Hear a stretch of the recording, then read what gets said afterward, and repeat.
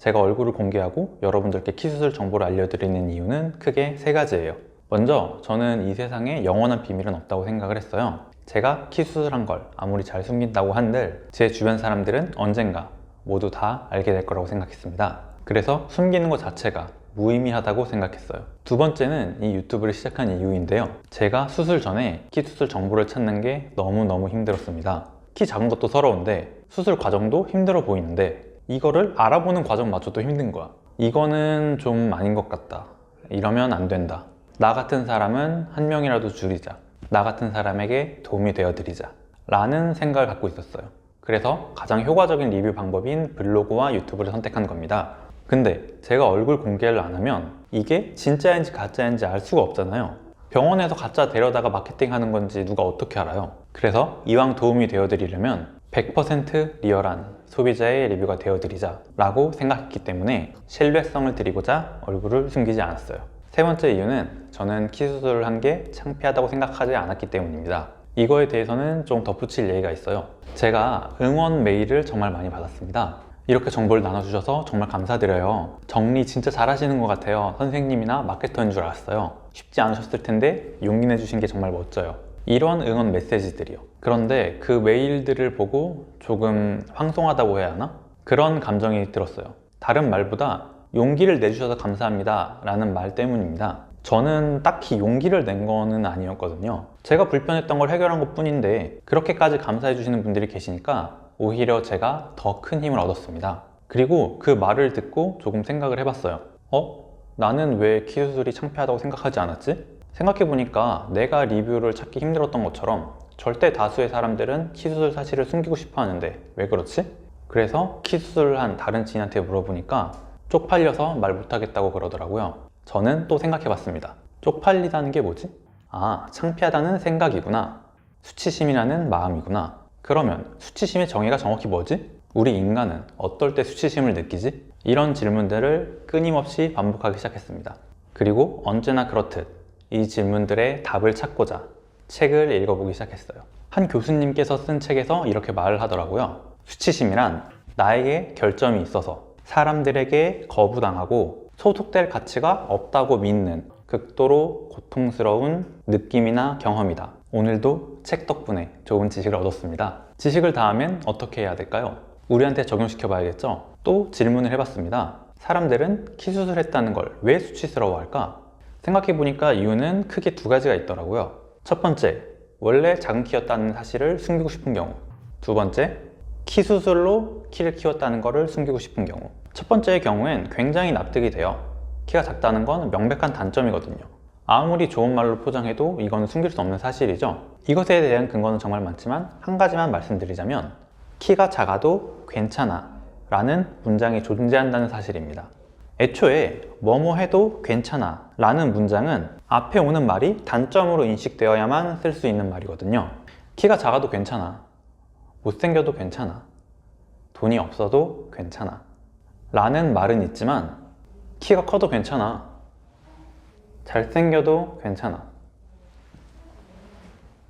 돈이 많아도 괜찮아 라는 말은 없습니다.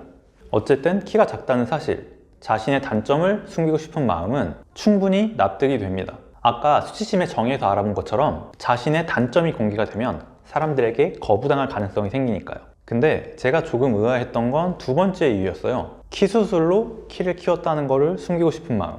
키 수술은 명백한 단점을 개선한 거잖아요. 이거는 오히려 칭찬받아 마땅한 일 아닌가? 이걸 왜 창피해야지? 라는 생각을 처음엔 갖고 있었어요. 근데 책을 읽고 오랫동안 생각을 해본 결과 저도 어느 정도 납득할 수 있는 예시를 하나 찾아냈습니다.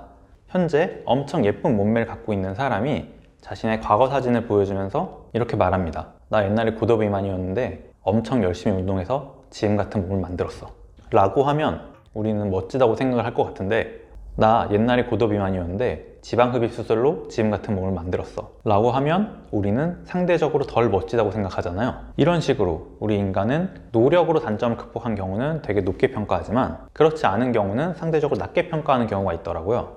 그러면 우리 인간은 왜 이런 식으로 생각을 하는 걸까요? 여기까지 얘기하면 너무너무 노잼 영상이 될 것 같기 때문에 여기서 참겠습니다. 민감한 내용이기도 하고요. 어쨌든 사람들이 이러한 이유 때문에 키 수술했다는 사실을 숨기고 싶어 하는구나 라는 걸 알게 됐습니다. 저는 이런 분들과 정확히 반대였다고 생각하시면 돼요. 먼저 명백한 단점인 작은 키를 숨기고 싶은 마음이 없었습니다. 아무리 숨긴다고 한들 제가 160cm로 살았다는 사실은 바뀌지 않잖아요. 그리고 바꿀 수 없는 건 있는 그대로 받아들이는 게 행복한 삶을 사는 방법이라고 배웠습니다. 세계에서 가장 행복도가 높은 나라인 핀란드에서 이런 걸 교육한다고 해요. 바꿀 수 없는 건 받아들이고 바꿀 수 있는 것에만 주목해라. 저는 작은 키를 바꿀 수 없다는 사실을 받아들였어요. 그리고 제가 바꿀 수 있는 것에만 집중해서 노력했습니다. 그렇게 제가 조금씩 좋은 사람이 되다 보니까 명백한 단점인 작은 키가 있음에도 불구하고 주변 사람들이 저를 좋게 생각해 주기 시작했어요. 아까 수치심이라는 건 나에게 결점이 있어서 사람들에게 거부당하고 소속될 가치가 없다고 믿는 극도로 고통스러운 느낌이나 경험이다 라고 말씀드렸잖아요. 근데 사람들에게 거부당하지 않고 소속이 되는 걸 경험을 하다 보니까 작은 키로 수치심을 느낄 이유가 없어졌던 겁니다. 그래서 저는 더더욱 제 자신을 온전히 받아들일 수 있게 됐었어요. 그리고 키수술을 창피하다고 생각하지 않는 두 번째 이유는 키수술을 공부하면서 키수술 자체가 되게 큰 노력이 필요하다는 걸 알게 됐기 때문입니다. 제가 아까 말씀드린 예시 기억하시죠? 운동이랑 지방흡입 예시. 근데 만약에 지방흡입 수술이 운동보다 더 큰 노력이 필요한다면 우리는 어떻게 생각할까요? 예를 들어 운동은 10분만 해도 살이 쫙 빠지는데 지방흡입 수술은 찢어지는 고통을 매일 6시간씩 6개월이나 참고 견뎌내야만 한다면, 그리고 돈도 많이 들어가서 최소 3년간 열심히 일해야만 한다면 우리는 운동보다 지방흡입 수술을 더 멋있다고 생각할 수도 있어요. 이렇듯 사람은 아는 것에 따라서 가치 판단의 기준이 달라집니다. 저 역시 키 수술에 대해서 처음에는 다소 부정적이었지만 키 수술을 알아갈수록 긍정적으로 생각이 바뀌었고, 그래서 저는 이게 자기 발전의 일부분이라고 생각을 했고, 그래서 키 수술을 했다는 사실을 창피하다고 생각하지 않았습니다. 근데 본능적으로 사람들은 키 수술을 싫어할 수밖에 없기는 해요. 이것도 민감한 내용이라서 자세히는 말씀드리지 못하지만 아무리 노력이 많이 들어간다고 한들 사람들은 본능적으로 키 수술을 싫어할 수밖에 없습니다. 근데 결국 세상에서 제일 중요한 건 자기 자신의 가치 판단이랑 선택이잖아요. 어차피 내 인생을 책임지는 건 나니까요. 그래서 저는 다른 사람들이 어느 정도 싫어할 거라는 걸 알고 있었음에도 불구하고 맨 처음에 말씀드린 이유, 나 같은 사람을 위해서 신뢰성 있는 키수술 정보를 제공해드리자 라는 생각 덕분에 얼굴을 공개하고 키수술 사실을 여러분께 말씀드리고 있는 거예요. 도움이 되셨다면 좋겠습니다. 지난 영상을 보시고 왜 말이 달라져요? 키 때문에 연애도 못하고 많이 힘들다고 하시지 않았나요? 라고 여쭤보신 분이 계세요. 제가 단어에 되게 많이 신경을 쓰긴 하는데 그런 거에 신경 쓰지 않고 편하게 보시는 분들은 충분히 오해하실 수 있다고 생각합니다. 그래서 정리를 해드릴게요. 저는 키 때문에 힘들었던 게 맞고요. 30년 동안 연애를 못 해본 것도 맞아요. 다만 그게 키 때문이었다 라는 생각을 못했을 뿐입니다. 말씀드렸다시피 키 때문인 것 같긴 한데 모두가 키는 중요하지 않다고 했었으니까요. 근데 그 덕분에 노력하고 좋은 사람이 돼서 좋은 여자친구를 만나서 오랫동안 행복하게 연애했었습니다. 참고로 키 수술한 건 34살 때예요.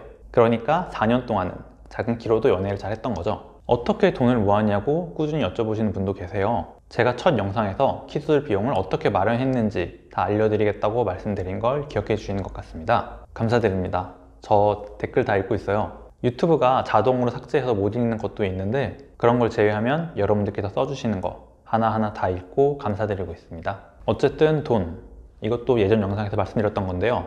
원래는 키 수술 영상이 끝나면 홍대 와인바 햄릿을 오픈한 과정을 다 여러분께 보여드리고 이렇게 하시면 여러분도 할 수 있다 라는 걸 말씀드리려고 했었습니다. 저는 키 수술 비용 대부분을 열심히 모아서 마련했지만 이런 방식으로 돈을 벌 수 있다 라는 걸 알려드리고 싶었어요. 돈을 벌면 자존감이 올라가서 키 수술이 필요 없을 수도 있고, 그래도 하고 싶으신 분들은 그 돈으로 키 수술 하시면 된다 를 계획하고 있었는데 햄릿이 없어졌잖아요. 그래서 제 말에는 힘이 없겠다 싶어서 그 주제는 다루지 않는 게 맞겠다 생각했습니다. 세상에는 저보다 똑똑하고 멋지고 능력 있는 사람들이 정말 많거든요. 당장 유튜브에 돈 버는 법을 치시면 진짜 수백 가지가 나와요. 그분들 다 저보다 똑똑한 사람들이니까 그거 그대로 하시면 됩니다. 근데 그 주제를 아예 놓을 생각은 없어요. 최근에 정보가 중요한 만큼 누가 알려주느냐도 중요하다라는 걸 알게 됐거든요. 그래서 제가 알려드리는 게 충분히 유의미할 수는 있겠다라는 생각은 갖고 있어요.